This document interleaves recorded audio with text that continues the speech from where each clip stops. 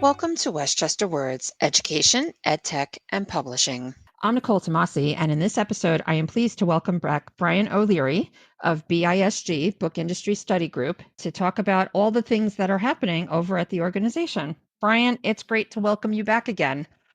Nicole, it's great to see you again.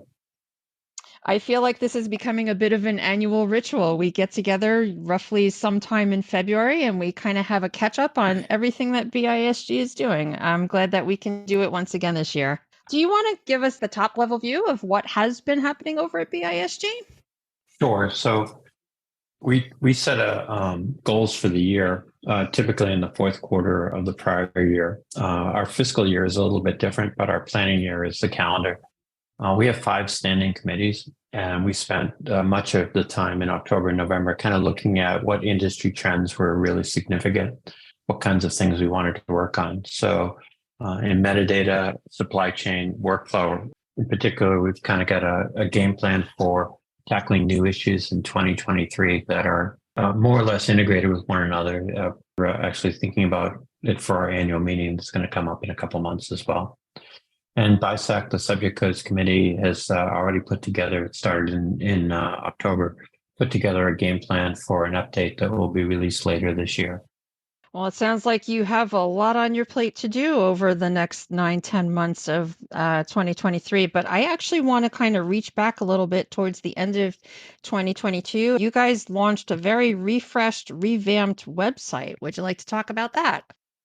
Sure. So our membership system is driven by a software now called Novi AMS. We moved from its predecessor to Novi in mid-December. And coincident with that, we used it as an opportunity to reconsider what our website was all about. In the last several years, it's been the case that BISG has really focused probably half of its resources on supporting and extending the reach of our committee work, the 5 standing committees that I mentioned a moment ago.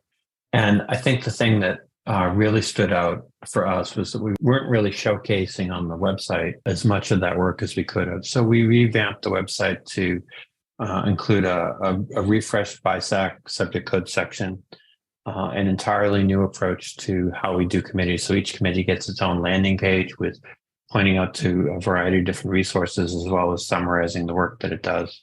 We focus kind of on making a better argument for membership, both for organizations as well as for individuals. I mean, in many ways, we're an organization's best option for cost-effective training in a variety of different subjects, things like rights, metadata, and workflow. And then we also revamped our research and product categories so that it's a lot easier, we feel now, to find what you need. That was coincident with a reconsideration of our brand. We'd had a logo in place for about 15 years. And all of our most recent logos, probably dating back 25 years or more, had a physical book as the metaphor. And we felt that needed a rethink, not because the physical book is not important, just the opposite. It still represents probably 75 to 80% of sales in the US market, but because BISG does much more than just the things that are tied to a physical product. So we have a new logo type, and the website also has a consistent design throughout that we find is more readable and more accessible. I would have to agree with you because I went into all different areas of the site when it went live, and I just find it very easy to navigate, very user-friendly, and I think it brings a lot of value to companies that are members as well as individuals within those companies or individuals who are just, needing to access certain parts of the site. So job well done. Well, thank you for that. And it is important for us to provide effective member service, but it also is important for us to uplift the supply chain as a whole for book publishing. Certainly organizations that join BISG, they get a seat at the table and they have an opportunity to invest in their staff. Both of those things are really important these days. But those staff members, the individuals who are part of BISG, they get together every month. The thing about the committees is we have 5 of those meetings every month. So 60 across the year, plus about 36 webinars and events. Those are close to 100 different opportunities to engage with colleagues, friends around topics and conversations that are important to how the industry operates. And that gives folks a chance to stay on top of both industry changes and their own careers. Those are good things, I think.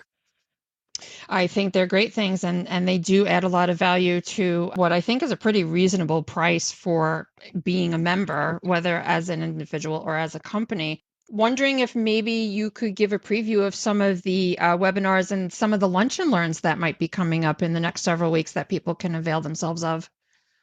Sure. So kind of our premier every month thing right now is what we call the supply chain brown bag lunch. And it's typically the first Tuesday of each month.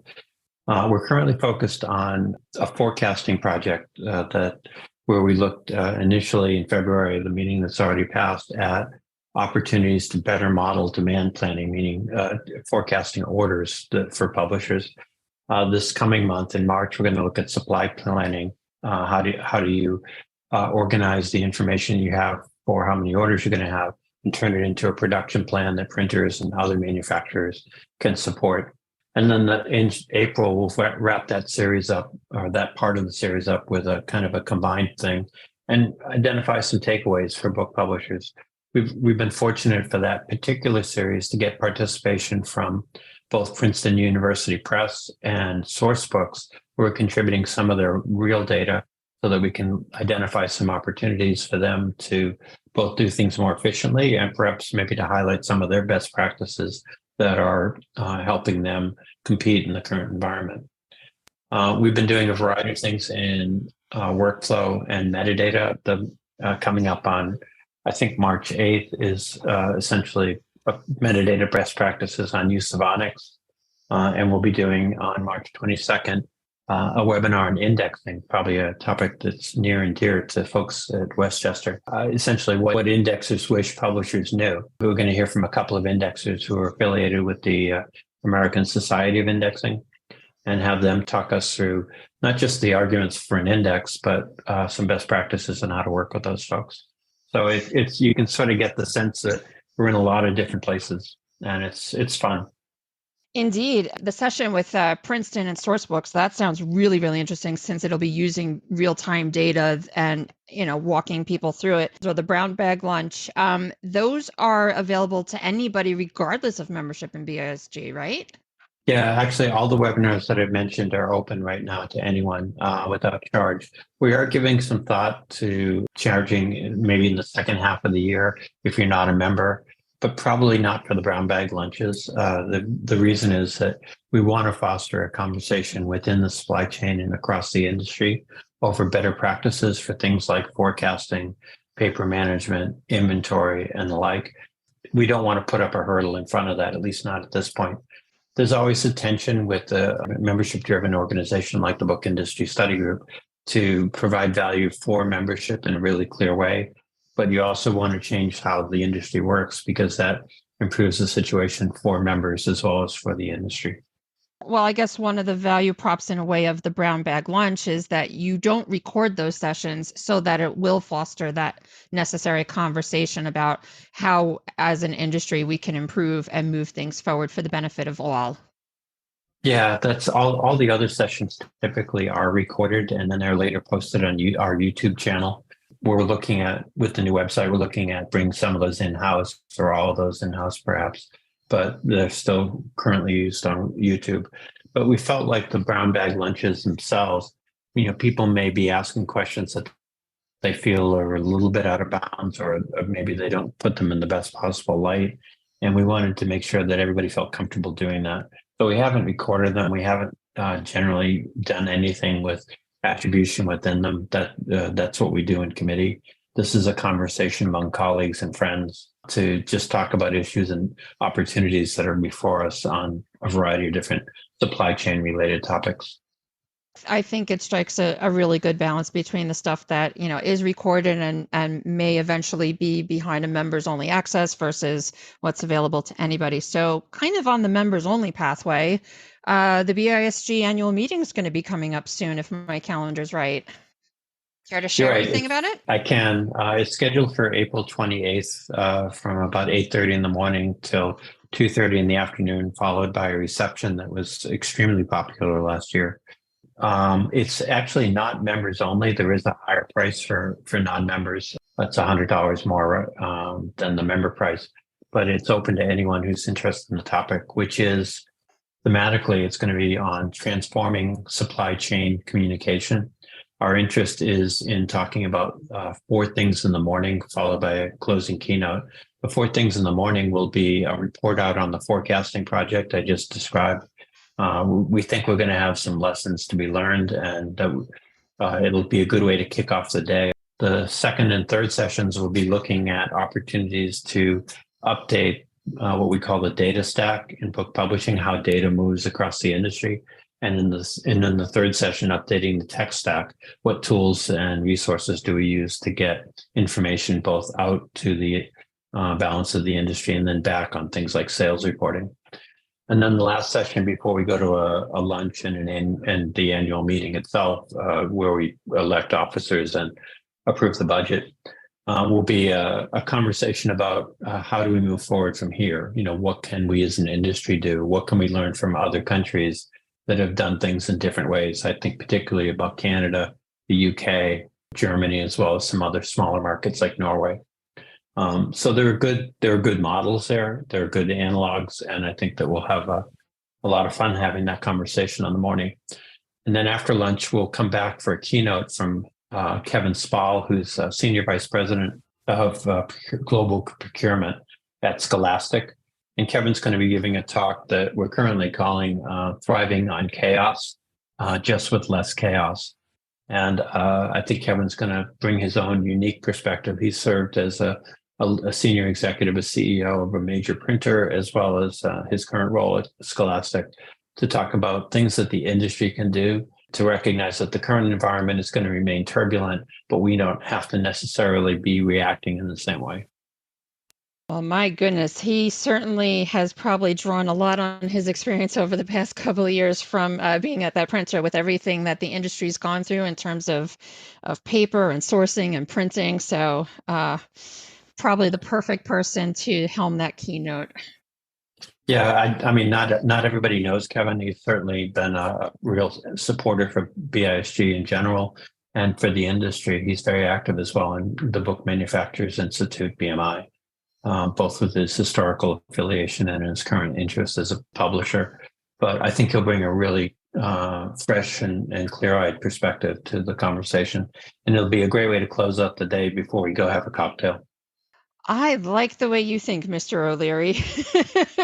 No, it's funny because I had no idea that you had all this planned, but I guess it's something in the air, if you will, because we're doing a webinar with Publishers Weekly about a month before your annual meeting. And it's again addressing how to publish in a market that's changing with the shift to better forecasting of what you need in terms of paper and printing. Book distribution models are changing too, because formats that customers want, those are shifting around, and the need for more digital products and in more accessible ways to meet changing guidelines. So it seems like there's just something out there about, navigating through this turbulent time, hopefully with a little less chaos and being ready for what's on the horizon. Well, I do think that there is an atmosphere that we need to rethink how the industry operates. One of the things that was clear coming out of the pandemic was that the old rules were at least being severely tested, and in some cases, they were found wanting. That's what we'll talk about at the annual meeting. We won't solve the problems on April 28th, but I think we can summarize the work that we've been doing over the course of the last year and a half, 2 years, certainly during and then coming out of the pandemic. Hopefully that will set the stage for continued conversations that I think will happen over the next 2.5 to 3.5 years. I mean, this is not a one-time have a meeting, get it done. This is really the beginning of a much longer and broader conversation about changing how we operate as an industry. Definitely. Kind of in line with that, you were sharing with me before we started recording that you're about to head overseas on what sounds to me like a really interesting trip. Do you want to talk a little bit about that? Sure. So, every year we go to the book fairs in London and Frankfurt and represent the US market at international steering committee meetings for standards like Onyx and Thema, and one called Editex that we'll also be talking about at the annual meeting. And in the course of that, we have met people like Andrew Joseph, who was at Wits University Press in South Africa, The South African market is looking to implement Onyx in its supply chain. It currently is doing it in a variety of ad hoc ways. That creates problems for them in a couple of different ways. One is the overall efficiency and accuracy of metadata within the South African market, but also not being able to supply Onyx data out of the South African market means it makes it much harder for them to compete and offer products in global markets like the United States. So they have a real interest in adopting that. And they've invited Graham Bell, who runs Editor, the organization responsible for Onyx, and me as a national body. We represent the U.S. interests relative to Onyx, Thema, and other standards to talk about our experiences and to share what we think are, at least, if not best practices, at least some learnings that we've had about things that work and stuff you want to try to avoid if you can in implementing a national governing body for use and implementation of metadata. Well, that should be a very productive and fun trip too. South Africa is definitely a place I want to check off on my bucket list, so I'll be waiting to hear how that went. Thanks. I'll be sure to bring you some pictures and a full report. But I mean, a big chunk of it, it's a long way to go, but it's also a long way for South Africa to come to us. So that their invitation was really kind and well received, and I'm hoping that the week will be of high value for everybody who's participating. My sense is that there's something in the range of 50 different publishers that are going to be part of the conversations next week. Wow, that should be pretty exciting. I hope you have a great trip. Seriously. Thank you. No, I appreciate it. Looking forward to it. And then will you be heading out to London Book Fair in April? Is that on the agenda too? Yep, you will see us in London. Both Jonathan Fiedler, our operations manager, and I will be there. We'll be juggling responsibilities for attendance at the various steering committee meetings that address the international standards. But we also have a stand, a booth on the mezzanine level that it will be right next door to the ones for BISG, the Book Industry Communication, our Patriot organization based in the UK, as well as Editor. And on Tuesday and Wednesday of the book fair, we also have a magician who will make appearances during the course of the day. So if you're feeling like you need a little bit of a pick-me-up or a reason to just take a break from a series of meetings at the book fair, you're welcome to stop by our booth, and the magician will at least entertain you for a few minutes. Is he going to conjure up better book sales for everybody? That's our charge to him. We said unless he can deliver at least that amount and increase book sales, we're not going to have him back. Well, we'll see how good a magician he is, won't we? We did it for one day last year, and it was quite popular. And people came back on Wednesday and wanted to know why we didn't have him back. And we said, well, we weren't quite sure how many people would be interested in it. The answer is quite a bit. So it's a good way for us to reconnect with our friends and introduce BISG to some new folks as well. Sounds like it. Well, I guess at least he has a gig for one more year with you guys. And if he conjures up those book sales, who knows? Sky's the limit, right? Fingers crossed. Yes, fingers crossed all the way around. Brian, anything else you'd like to share before we wrap things up? No, I want to say thank you very much to Westchester for both for having me and for being such a strong supporter of the work that BISG does. The website work that I talked a little bit about, you were kind enough, along with a colleague, to kind of give me your perspective on a similar update that Westchester went through before we did. And the advice was fantastic. And it kept me sane at a time when we thought every detail seemed to have more meaning than the last. So I appreciate that. Well, thank you very much, because as a marketing manager, I'm not generally known as providing sanity, and I'm happy I could be a beacon of calm and sanity for somebody. You certainly were.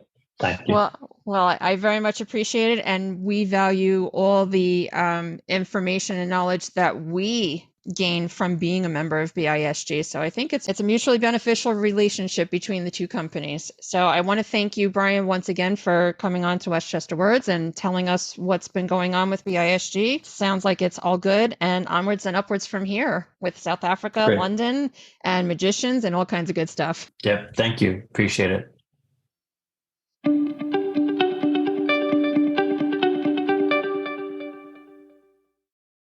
Thank you for listening to this episode of Westchester Words.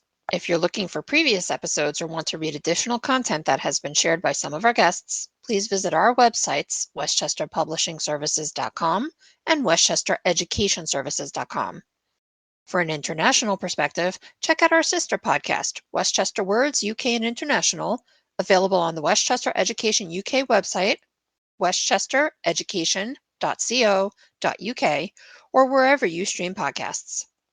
We love hearing from our listeners and welcome your emails at westchesterswords@westchesteredsvcs.com. Tell us what you enjoy hearing on our podcast or suggest topics that we can cover in future episodes. Speaking of future episodes, I look forward to having you join us for the next episode of Westchester Words, when we'll be having another engaging conversation about a topic of interest to the education, edtech, and publishing communities. Until then, stay safe, be well, and stay tuned.